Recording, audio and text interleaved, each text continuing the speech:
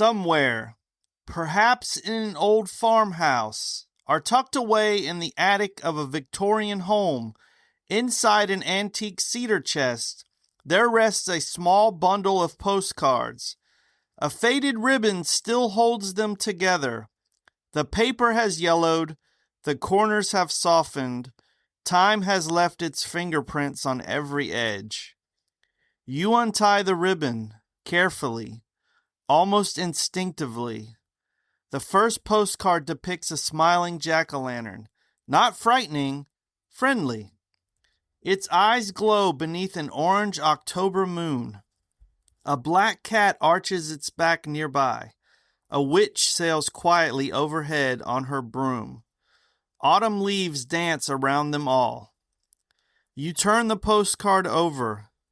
The postmark reads October 30, 1909. The handwriting is elegant, deliberate, beautiful. It reads, Dear Clara, we're expecting nearly 20 people tomorrow evening. Mother has decorated the parlor, and Father insists he will finally win the apple bobbing contest this year. I hope your Halloween is every bit as delightful as ours promises to be. No signature would mean anything to us today. The writer is long gone, and so is Clara. The house they lived in may no longer stand. The pumpkins they carved disappeared before winter arrived.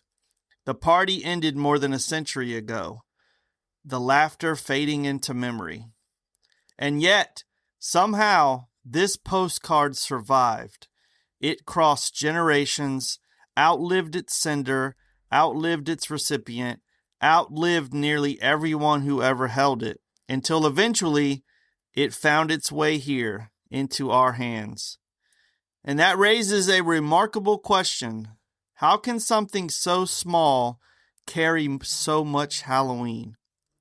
On this episode, we open another drawer inside the Preserve Halloween archive, not to study a postcard, but to discover how a simple piece of paper became one of the greatest storytellers our holiday has ever seen. Welcome back. I'm Gregory Hallows, and this is Preserve Halloween Podcast. Thank you for joining me once again inside the Preserve Halloween archive. Every shelf surrounding us holds another piece of October. Some objects are immediately recognizable. Vintage masks, paper decorations, noisemakers, candy containers, old costumes, and others appear almost ordinary until you stop, look closer, and realize they're carrying stories that have quietly waited more than 100 years to be told. And this episode's artifact is one of those. At first glance, it's nothing more than a small rectangle of cardstock, thin enough to fit inside a coat pocket, light enough to drift away in the autumn wind, fragile enough that it was never expected to survive a single lifetime. And yet, thousands of them did. And it's not because museums collected them and not because historians declared them important. It's because ordinary people like you and me, for reasons they probably never thought to explain, simply could not bring themselves to throw them away. And we're going to discover why. Because they aren't merely postcards, they're time machines. So today, if you celebrate Halloween, you take photographs, probably more than you should. Your children or other children that you know standing proudly in their costumes. Front porches are glowing beneath carved pumpkins. Friends are gathering around bonfires, maybe. You even see dogs dressed as ghosts. The neighborhood, hopefully, is transformed by orange lights and skeletons and decorations and just, everything. Within seconds, these photographs can travel around the world. They become memories almost instantly. That's the nature of our world now. But imagine just for a moment none of that existed. No cameras in your pocket, no internet, no social media, no text messages, no email, no family group chats. Most of you would probably die. Now, imagine something stranger. Imagine you're living in the autumn of 1908. Halloween's on its way. Your sister lives 2 states away. your childhood friend moved across the country, and you want them to know that you're thinking about them. You want to wish them a happy Halloween. You want them to know that the leaves have finally begun to change, the pumpkins are ready, and your house will be filled with neighbors and laughter on Halloween. So how do you do it? Well, you write a postcard. And you didn't do it because it was collectible or valuable or any of those reasons. You did it because it's the easiest way to send a small piece of October to someone you loved. And without realizing it, you're helping create one of the richest visual archives Halloween would ever know. And it's difficult to appreciate now how revolutionary a postcard was. We think of them as nostalgia, right? They're nostalgic. To someone living in the first years of the 20th century, this was cutting edge communication. This was, just perfect. They were fast, they were affordable, they were simple, almost effortless. It was the closest thing at that time that the world had to instant messaging. You didn't need to write, these long pages of letters and correspondence that you always, you see in movies where they pull out this letter and it's a few pages long and it's telling, catching up people on their lives. This wasn't one of those. Sometimes you wrote one sentence. I wish you could be here, or see you tomorrow night, or happy Halloween, or whatever. It's very short. And that's all it took. You wrote it, dropped it in the mailbox, and then, very quickly, the U.S. Post Office is an amazing thing. We pay a few cents now. I don't know. Is it reached $1 yet? I guess. But we put on a stamp. We can mail something anywhere in the United States. It's crazy. So today we think of postcards as souvenirs, right? But back in those days, that was everyday life. Children mailed them, sweethearts mailed them, businesses mailed them, politicians mailed them, travelers mailed them, your neighbors mailed them. Pretty much anyone you knew. The American mailbox became a place where tiny works of art arrived almost every day. Because now, when you check the mail, you're expecting just to get a bunch of bills, right? And even that's going away because a lot of things go in digital. But back then, you were anticipating the mail. You couldn't wait to get the mail. What would you get today? Who was thinking about you? What glimpse into another person's life would be about to land into your hands? And those questions make the postcard feel almost magical, right? And then when Halloween entered the postcard world, something extraordinary happened. Many historians refer to the years between 1905 and the beginning of the First World War as America's postcard craze. And that sounds almost not big enough, right? A craze suggests a passing fad. It's not something that lasts. But this was something much larger. Millions of postcards were printed. Entire businesses sprang into existence just to satisfy this demand. Printing technology increased and advanced dramatically. Artists could reproduce, all the colors vibrantly and with incredible detail. And publishers quickly realized sometimes these people weren't buying postcards simply to mail. Some people started to collect them and to save them. People started having albums of postcards in their homes. They would gather around parlors and turn the pages and, just look at these cards. They became collectors. There were cities, there were animals, flowers, trains, landmarks, patriotic images, Christmas, Valentine's Day, Easter, all of those things represented. And then not too long after, Halloween. And for maybe the first time in American history, people separated by hundreds or even thousands of miles started seeing the same images. A child in New York, a family in Mississippi, a school teacher in Iowa, a shopkeeper in California were all looking at the same images on these postcards. And they all might receive the same one illustrated by the same artist. And they weren't planning this, but America was beginning to imagine Halloween collectively. It wasn't regional. It was everyone seeing the same thing. So there started to become these patterns, right? And of course, any artist could paint the most beautiful Halloween postcard imaginable, but if nobody printed it, no one would ever see it. So what happens? Every postcard had a publisher, and during this great postcard boom, the competition was very, very fierce. They weren't simply printing pictures, they were competing to define what every holiday looked like. Some of these companies specialized in Christmas cards, some of them specialized in Easter or Valentine's Day. But when October arrived, several publishers consistently produced Halloween artwork, some of the most remarkable artwork that we've ever seen in America. And one of those companies was Raphael Tuck and Sons. They were founded originally in England and became internationally respected for their extraordinary printing quality.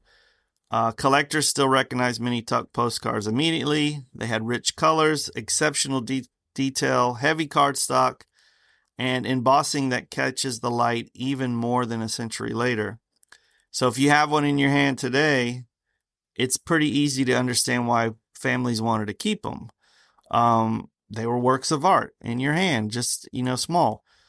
Another important name was the International Art Publishing Company of New York. Their artists helped popularize many of the Halloween images we now consider timeless.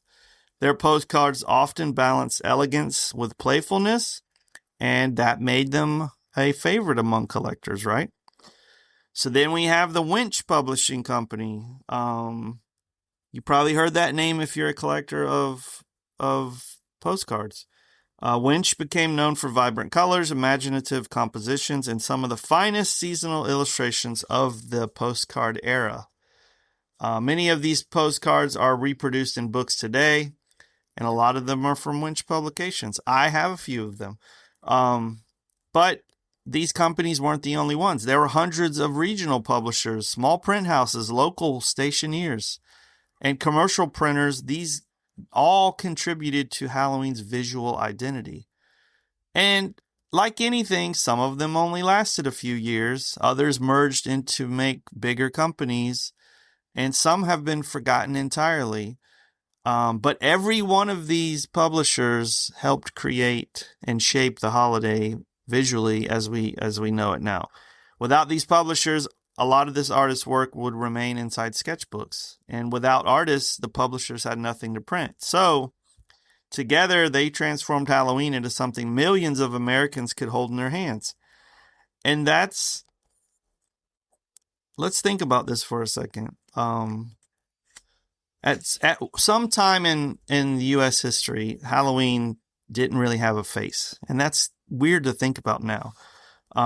We just assume Halloween has looked the way it does now, with the orange pumpkins and the black cats and the owls and the moons and the cornstalks and the witches and the smiling jack-o'-lanterns.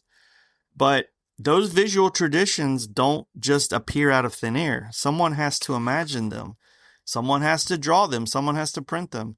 And someone has to place those images in the hands of ordinary families. And the golden age of Halloween postcards did something remarkable. It taught America what Halloween looked like. And this isn't anything official, right? There's no committee deciding the colors of October or no government office approving witches or pumpkins, thankfully. Instead, hundreds of these artists working independently would return again and again to the same symbolism. And some would add some new stuff, some would borrow some things that were old, but slowly this shared language emerged, this visual language. Orange became the color of celebration. Black became the color of mystery. Cats stopped being ordinary pets and became companions. Jack-o'-lanterns smiled instead of trying to be frightening.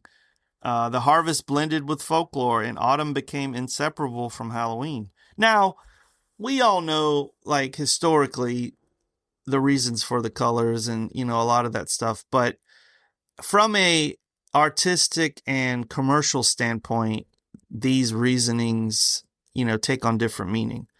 Um, and some of this happened so gradually that no one really noticed it. Even today, when you walk through a Halloween store in October, there's still postcards. There's still artists decorating our homes, whether we realize it or not, because they're taking from those traditions from 1900s and still delivering them. Now, there's another reason that these postcards deserve our attention, and one of the reasons I wanted to do this podcast on postcards was these cards were amazing.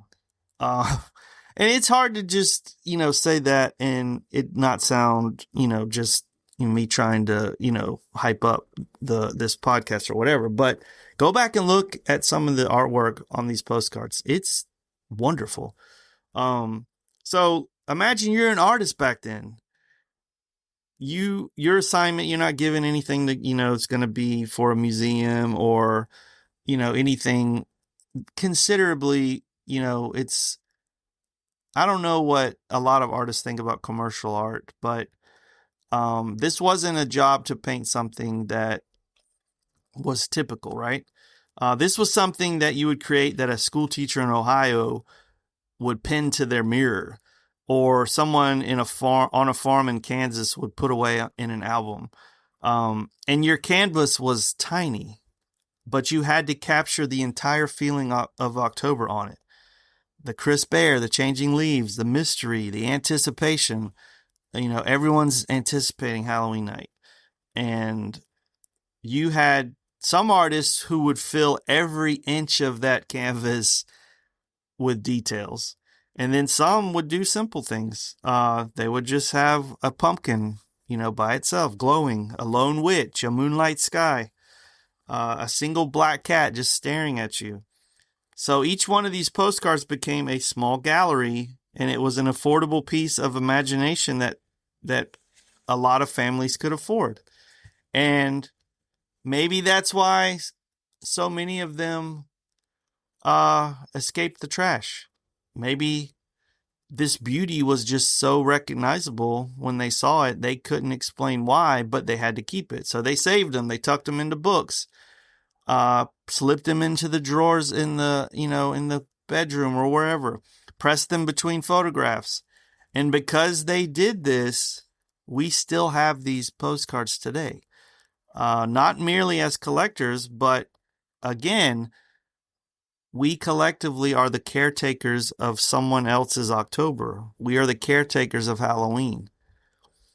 So when we admire an old Halloween postcard, we look at the artwork, right? The glowing pumpkins, the moon, the black cats grinning at us, the witches, and the laughing children a lot of times. But not everybody stops to ask who painted them. And one of the ironies of history is some of the people who shaped Halloween more than anyone else might be the names that so many Halloween enthusiasts have never heard of. And I want to touch on a few of those because every archive has to delve into the artists that make it, right? So if Halloween had an official illustrator, there's a strong argument that it would be Ellen Clapsaddle. Born in New York in the late 19th century, she would become one of the most prolific postcard artists in the Golden Age. By the time her career reached its peak, millions had seen her work. They didn't simply just know her name. Her style was unmistakable. You could look at one of her cards and know it was her. These children had rosy cheeks. The jack-o'-lanterns were friendly, very gentle witches, smiling black cats, and autumn leaves floating across warm October skies. There was whimsy, not sarcasm, not horror, but wonder. And that's very important because it reminds us of sometimes something we forget. Halloween doesn't have to be frightening. I bring that up all the time. It could be magical, mischievous, playful, community-centered. And Clapsaddle understood that. Every one of her strokes for her painting seemed to invite you, like, hey, come join the celebration, not trying to scare you away from it. And even today, collectors can recognize her postcards from across the room. And that is not simply talent, that's visual identity. You know, she has a definite visual identity and helped define what Halloween looked like for an entire generation. And in many ways still does. That's wonderful, right? Next person up, another remarkable artist, Frances Brundage. If Clapsaddle gave Halloween warmth, Brundage gave it personality. Her illustrations often featured children interacting with the impossible as though it was perfectly ordinary. Tiny little witches, pumpkins with faces, cats behaving like people, owls who seem to know the secrets. If you look at one of her postcards, you don't feel like you're witnessing fantasy. You feel like you stepped into a storybook. And that's why these images remain so charming. They don't demand belief, they invite imagination. And that's awesome, right? Then you have Samuel Schmucker. His postcards carried a different mood. They were more decorative, more elegant, more sophisticated. He reminds us that Halloween wasn't confined to children. Adults also celebrated. They hosted elaborate parties, invited their neighbors, played fortune-telling games, decorated parlors with pumpkins and autumn leaves, shared refreshments, laughed into the evening. And his postcards reflected all of that. They weren't merely for children. They documented a culture. And for every one of these artists, I can go on and on. I'm going to share a website in the podcast show notes. There's a wonderful website that I stumbled upon, and I had already had it bookmarked. I just forgot.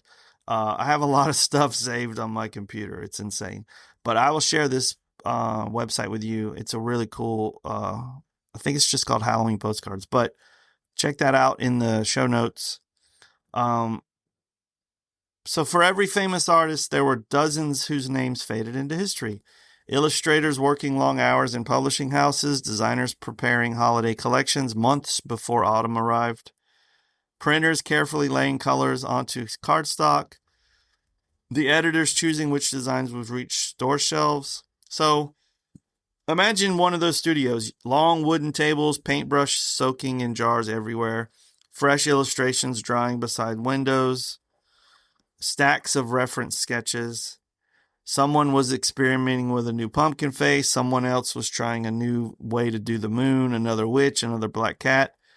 These guys would have no idea that more than 100 years later, collectors are still looking for their work, or that podcasters like me would be telling their stories. History often remembers inventors and presidents and generals and actors, but the people who quietly shape our traditions might be sitting at a drafting table painting Halloween. They're everywhere. This is a collective history. It's not just one thing or the other. And so, what happened when these images entered American homes? They didn't stay on postcards. So walk through a Halloween celebration in 1915, you would begin seeing familiar faces everywhere. A smiling pumpkin. Now it's on a party invitation. It was on a postcard. A black cat that was on a postcard. Now it's on a paper napkin. That witch that you saw on the postcard. Now it's on a candy container. An owl appears on a party game, not just a postcard. The same moon, the same colors, the same expressions, repeating again and again. That's not coincidence. Publishers often licensed artwork from across multiple products, and manufacturers borrowed those visual trends that proved popular. So, one successful postcard might inspire gift tags, party favors, creepy paper, crepe paper. That's a what we do in the shadows joke. Creepy paper. Table centerpieces, Denison decorating books, advertisements, all that stuff. A lot of it might have come from a postcard illustration, right? So the Halloween postcard became the sketchbook from where commercial Halloween grew. When we look at Beazle decorations from the 20s, Denison party books, candy advertisements, holiday paper goods, this is not a separate history. This is one visual language just spread across many different products. And that's just one of the reasons postcards matter so much. They didn't document Halloween, they helped design it. We'll be right back after this quick break.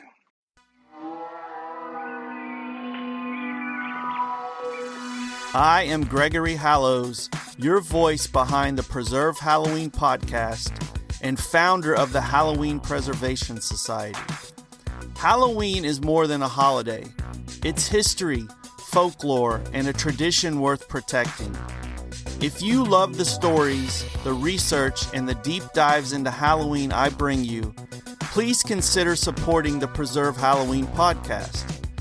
Your support can help me with more research opportunities, including travel to locations relevant to Halloween history, and to bring you even more insight into the world's greatest holiday. Every one of your contributions, no matter the amount, helps keep the jack-o'-lantern glowing just a little bit longer. So support the show if you can, help me preserve the past, and keep Halloween history alive for generations to come. Check the links in the show description to find out more. And thank you. And now, back to the podcast.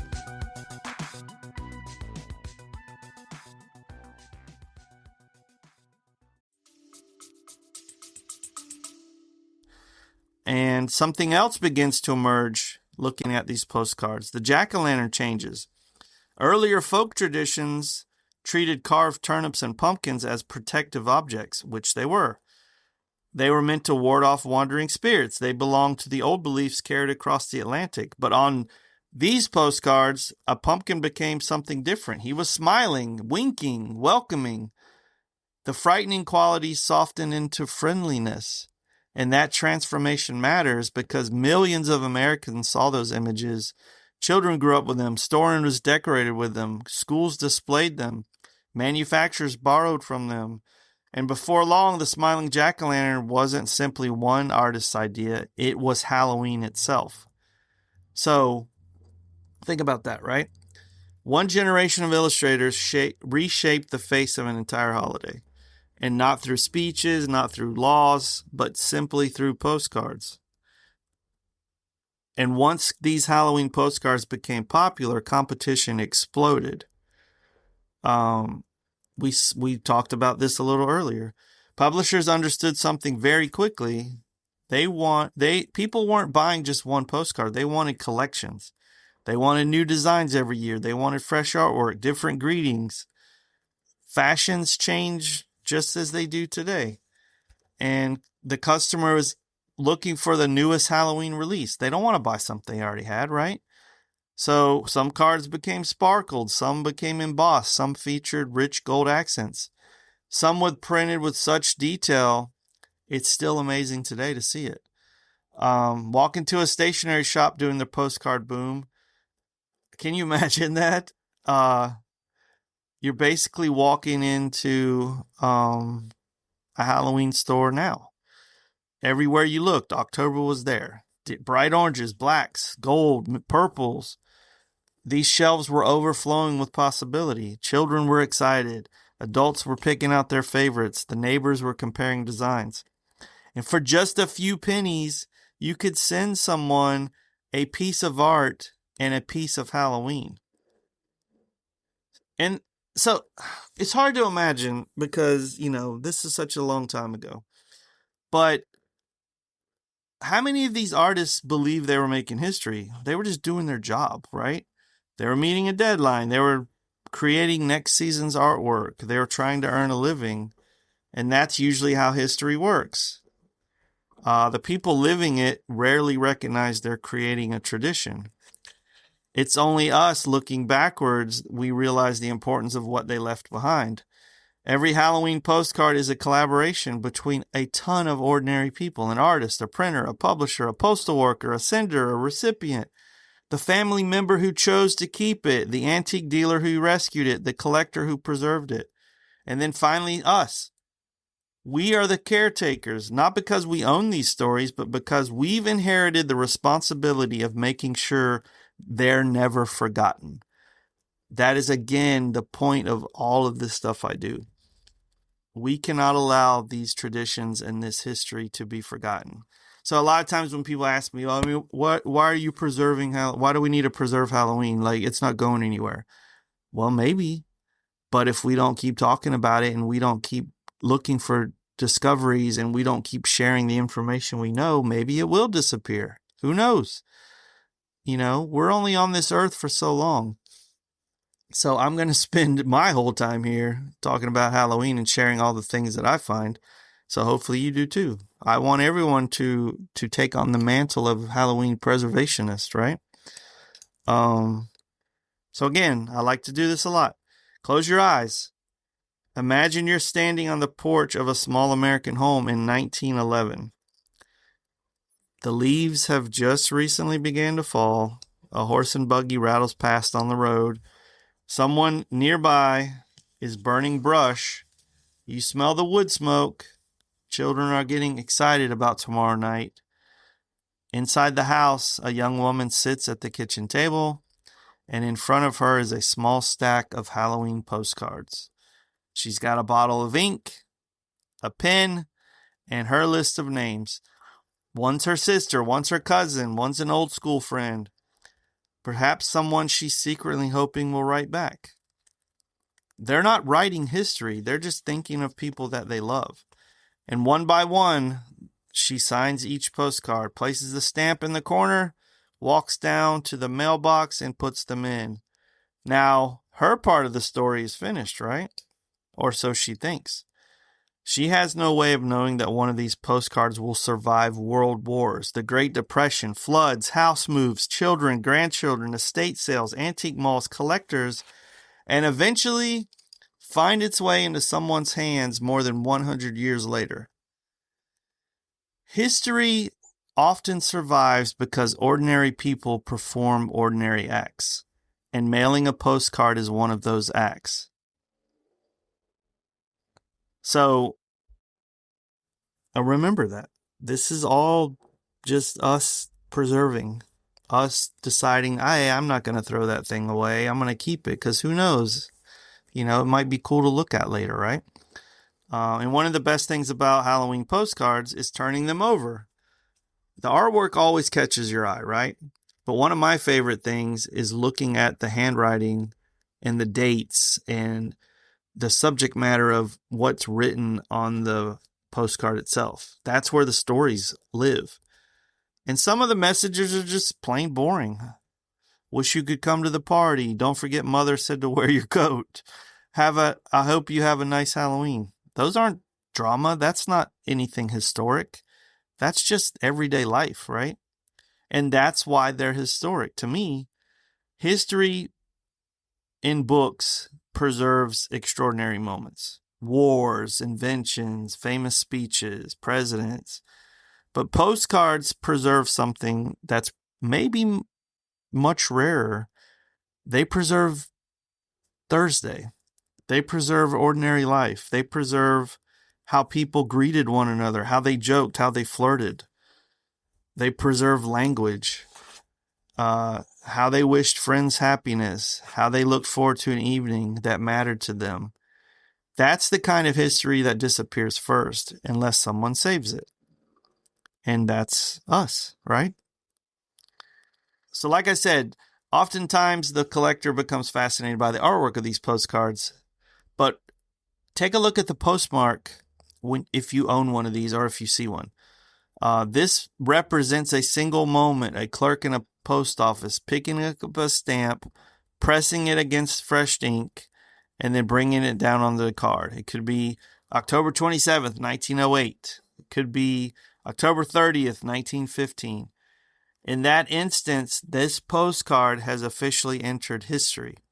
It's not simply artwork anymore. It's evidence, proof that someone celebrated Halloween, proof that the Postal Service carried Halloween greetings across America, proof that this holiday mattered enough for people to spend their hard-earned money sending good wishes to family and friends. Every postmark is like a tiny timestamp, and it's telling us, I was there. If you spend enough time studying vintage postcards and the patterns begin to emerge. You start to notice the games people played, the superstitions they believed in, the fashions, the decorations, the colors they associated with October. And you begin to understand Halloween wasn't one celebration. It was thousands. Every family has its own traditions. Every community has its own customs. And some postcards hint at those fortune-telling games that were especially popular with adults. Others celebrated harvest imagery. Some leaned heavily into witches and folklore. But some barely mentioned supernatural at all. Some emphasized friendship, hospitality, laughter, neighborhood gatherings. And that's a reminder that we need to remember, importantly, Halloween has always been many things to many people. And the postcards don't give us one definition, they give us thousands. And those thousands create something wonderfully complete. So think of it, I guess you got to think half glass, half full too. Or half full, half empty, sorry. For every postcard that has survived us, how many disappeared? We don't know. Could be millions. Some simply thrown away after the holidays over, some destroyed by rain, forgotten in homes, burned up in fireplaces, lost during moves, or discarded because nobody imagined it would matter to keep them. And that's something that you have to think about or in pause. How much Halloween history simply vanished because nobody realized it would become valuable someday. And maybe not valuable monetarily, valuable history-wise. And that's another one of the reasons I chose to do this podcast and created the Halloween Preservation Society. Preservation doesn't begin when something becomes valuable. It begins when someone decides this matters. And that's true for anything. Postcards, decorations, photographs, oral history, songs, all these paper things that I talk about all the time. Like, this stuff should not exist. It's paper. It's meant to be thrown away. But somebody somewhere, and thankfully, think that they are existed. Somebody decided, I'm not going to throw this away. I'm going to keep it. I'm going to put it in, back in this package. I'm going to store it away and, check it out every year. And because, why throw it away? So if we wait until something's rare, we've already lost much of the story. Because if something's rare, that means there's not a lot of them. That means a lot of people threw stuff away. So imagine the people that are writing these postcards in the 1900s. What if they could see us, and what do you think would surprise them now about our time? Would the electric jack-o'-lanterns be weird? The animated yard displays, us streaming movies, plastic 12-foot high skeletons? Like, which part do you think they would be like, what is wrong with these people? But maybe us caring about all this would be the important takeaway, right? More than a century later, we're still sitting down, turning off the distractions of the modern world, and I'm spending an evening talking about Halloween postcards that were around when they were alive. And it's not because they're expensive or fashionable. It's because they matter. They remind us that Halloween isn't built only from grand traditions. It's built from millions of small moments. These handwritten greetings, these smiling pumpkins, a 2-cent stamp, a mailbox, a friend. That's enough to carry October across an entire century. And if a postcards can survive that long, imagine what happens when we choose to preserve the stories behind them. So let's imagine again. I like to imagine a lot, right? I feel like Mr. Rogers sometimes. There's one postcard I'd like you to imagine. Not because it's famous, not because it was sold for thousands of dollars, not because it belonged to a celebrity.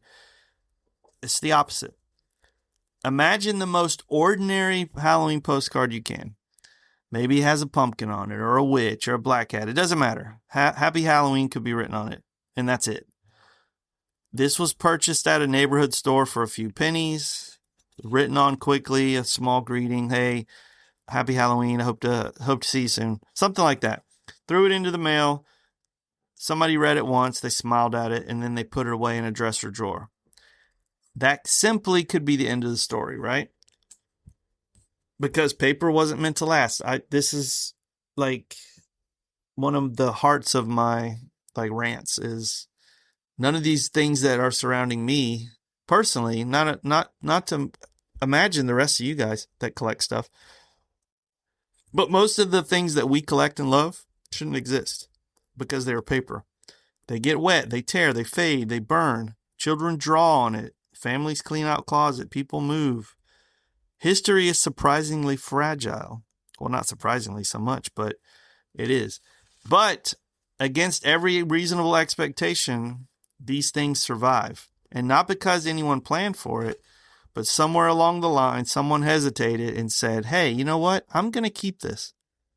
It reminds them of their grandmother, of their childhood Halloween, of somebody they loved. But whatever the reason, that one small decision changes everything.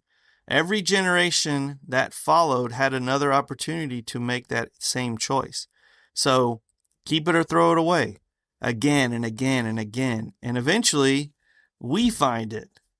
So when you think about it, every vintage postcard and every vintage Halloween anything is a survivor of hundreds of decisions, hundreds of saying yes instead of, I just throw it away. So when people talk about preserving history, they usually mention museums. And I've talked about it. I would love to have a museum. I would love to share all this stuff. Libraries and archives, universities. Those are things that are essential. But I want to recognize another group, ordinary people. A grandmother who kept postcards tied together with a ribbon, like we opened the podcast with, just that mental image. A father who refused to clean out an old trunk. I refused to throw away a lot of things. An antique dealer who recognized an old stack of paper wasn't junk. It was history. Flea market vendor who rescued an album from a house being demolished. Even if it's to sell it, it's saving it. A collector who spent decades placing postcards into acid-free sleeves. None of these people expect recognition, and most would probably be surprised to hear their name described as a historian, but that's what they are. History is not only meant to be preserved by professionals. It's preserved by people who care enough not to let things disappear. Every Halloween collection, whether it's in a museum or single bookshelf, exists because somebody chose preservation over convenience. And those people rarely receive credit. And on this podcast, I'm giving it to them. You deserve it. Because without you, there would be no archive. Not yours, not mine, not anyone's. There would be no history if people didn't decide to preserve it. So, as collectors, we often get asked, why do you collect what you collect, right? And a lot of people expect there to be a simple answer. Oh, I think it's cool, or I think they're valuable, or I just enjoy them. And those aren't wrong, but they're not completely accurate. We don't collect because paper is valuable. We collect because memory is valuable. Every postcard, every vintage Halloween, anything tells us something no textbook can. Tells us how people celebrated, how they communicated, what made them laugh, what symbols mattered to them, what colors they chose, what hopes they carried into October. That's not clutter. That's culture. That's civilization. That's the everyday life historians spend decades trying to reconstruct. And here it is inside a postcard album. Right there. Just pay attention. And to someone who's new to this, a vintage Halloween postcard is just old, right? But to a collector, it's full of clues. A lot of collectors don't notice the artwork first. They notice the publisher's mark. That tiny mark can identify who produced the card and narrow its date down. Then you look at the artist's signature. Some of them are obvious. Some of them are hidden. Can you recognize a clap saddle? Can you recognize a Brundage or a Schmucker illustration? Can you do that second nature, just like glancing? Oh, that's so-and-so. That's an art. Collectors examine the printing itself. Is it embossed? Does the ink have rich texture that's associated with early lithography? How thick is the cardstock? How is the border cut? What's the back look like? Is it undivided or is it divided? That single detail can place a postcard with a narrow period of postal history. So simple things like that are a way to tell how old something is, but you have to know that. Look at the postage. Look at the stamp, the cancellation mark, even the route, the postcard travel. Every postal marking adds another piece to the puzzle. And then you have the condition. Collectors appreciate perfect examples of anything, right? But for me, I like collecting things that have a history, that have felt like they've been used, that have more of a character, right? A handwritten greeting from 1908 is not something a modern reproduction can duplicate. Every crease, every fingerprint, every faded word, these things were not simply collected, they were lived. So, one of the joys of collecting anything, I think, is slow down. Appreciate it. Notice the pumpkin. Notice the cat. Notice that owl that's hidden in the tree that you didn't see the first 20 times you looked at the postcard. Try to find the artist's signature. Look at that embossing. Turn it over. Look at the postcard handwriting, the address, the stamp. All of these things are history. I like seeing little smudges where like the writing's messed up.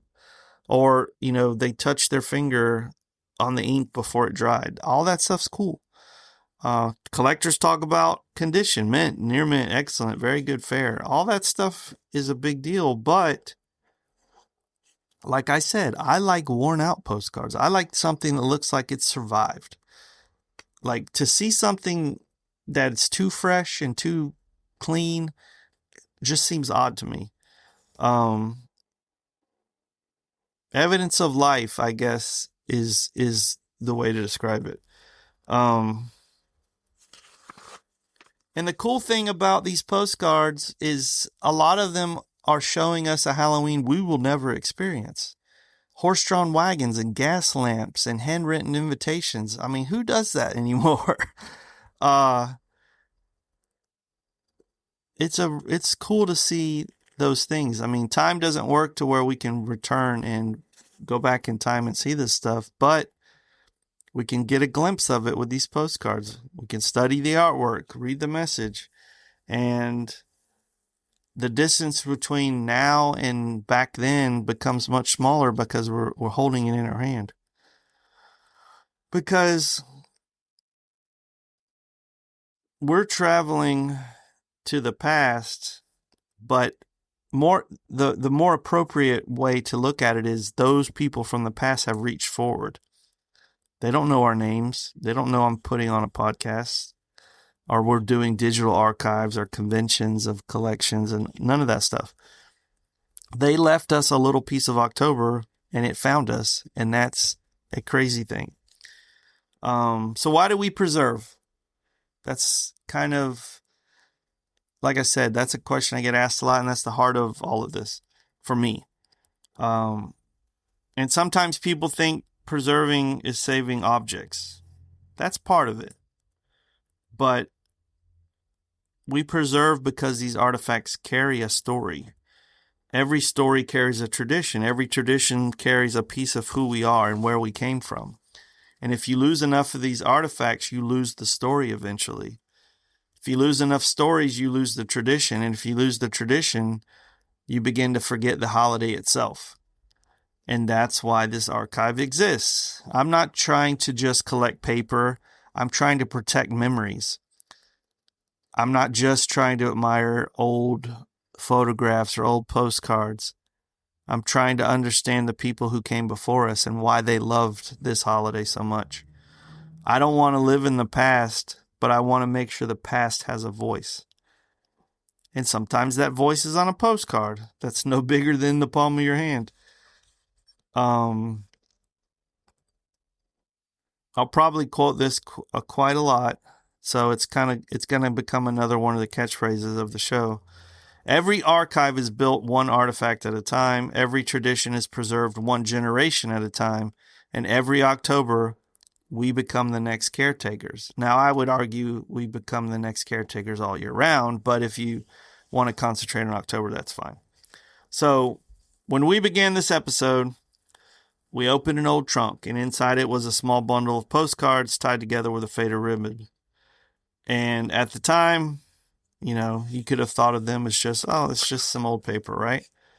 So now, after listening to me ramble and rant for almost an hour, I hope these things look different to you. I hope every postcard has become something else, a witness, a survivor, a storyteller, and an invitation.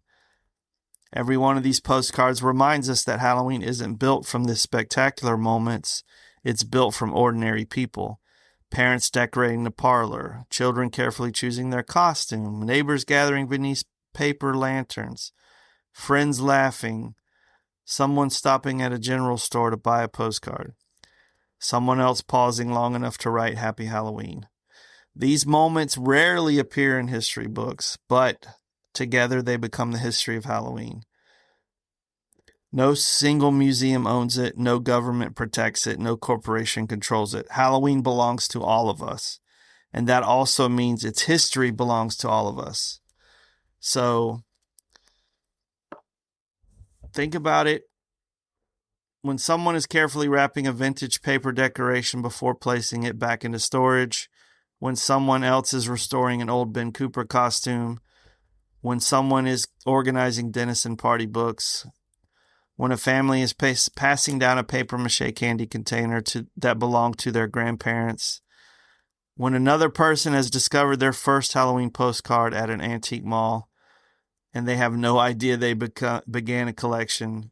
None of these people may ever meet, and none of them may ever know each other's name, but together, they're building something extraordinary. They're building an archive without walls, a community of caretakers quietly observing and preserving Halloween one object at a time, one memory at a time.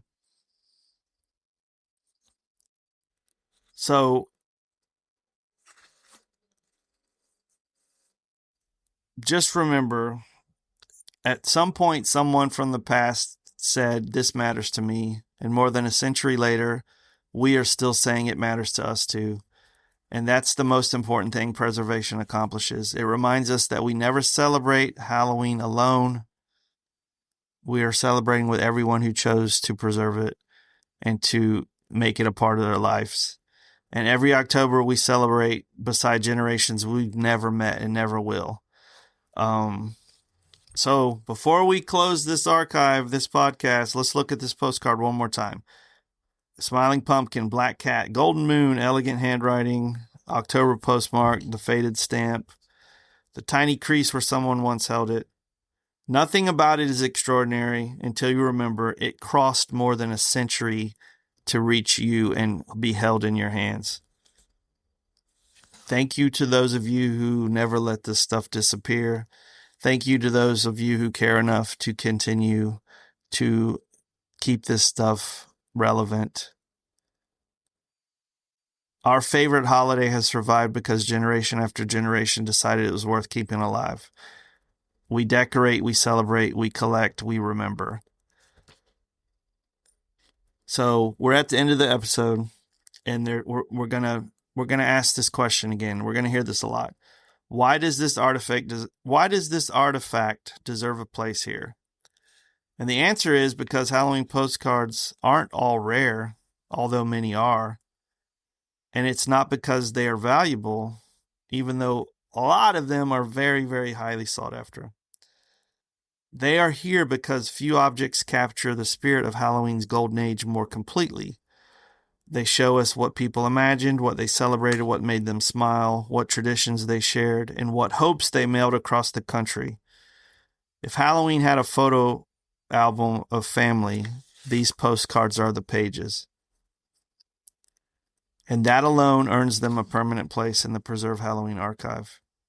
So if you never held a vintage Halloween postcard, please seek one out and do it. You don't have to pick up the rarest or the most expensive. Just pick out one that you like. Hold it in your hands, look at it, read the message, study the artwork, imagine the journey it has taken. You may discover something unexpected. You're no longer looking at an antique, you're shaking hands with another October. And once you've experienced that, you'll never look at Halloween history the same way. So before we close this drawer, I'd like to ask something of you. The next time you visit an antique mall, a flea market, an estate sale, or a small hometown antique store, walk slowly, look carefully. Don't rush past any box. Grab one, open one. You might find some Christmas cards. You might find birthday greetings. But then you might unexpectedly find a Halloween postcard. Hold it for a moment. Ask yourself who mailed this, who received it, who kept it. How many homes has it visited? How many Halloweens has it survived?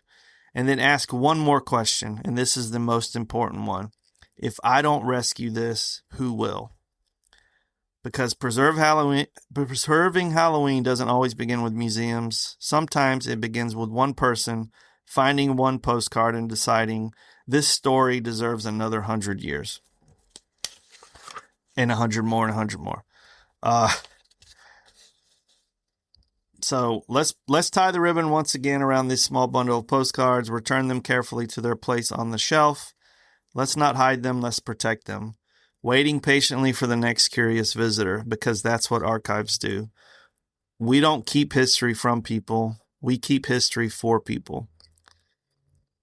Because we want the next generation to discover it and share it with their ancestors, or share their ancestors and everyone moving forward.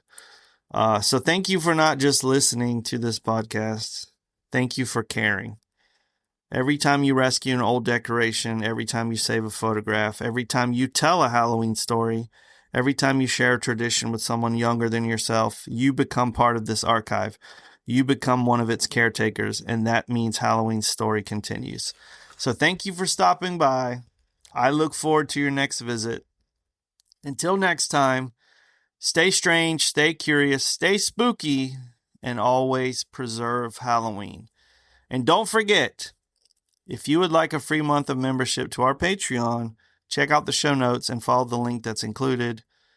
If you're going to be at Midsummer Scream this year, I'll be there. I'll be there on Friday and Saturday.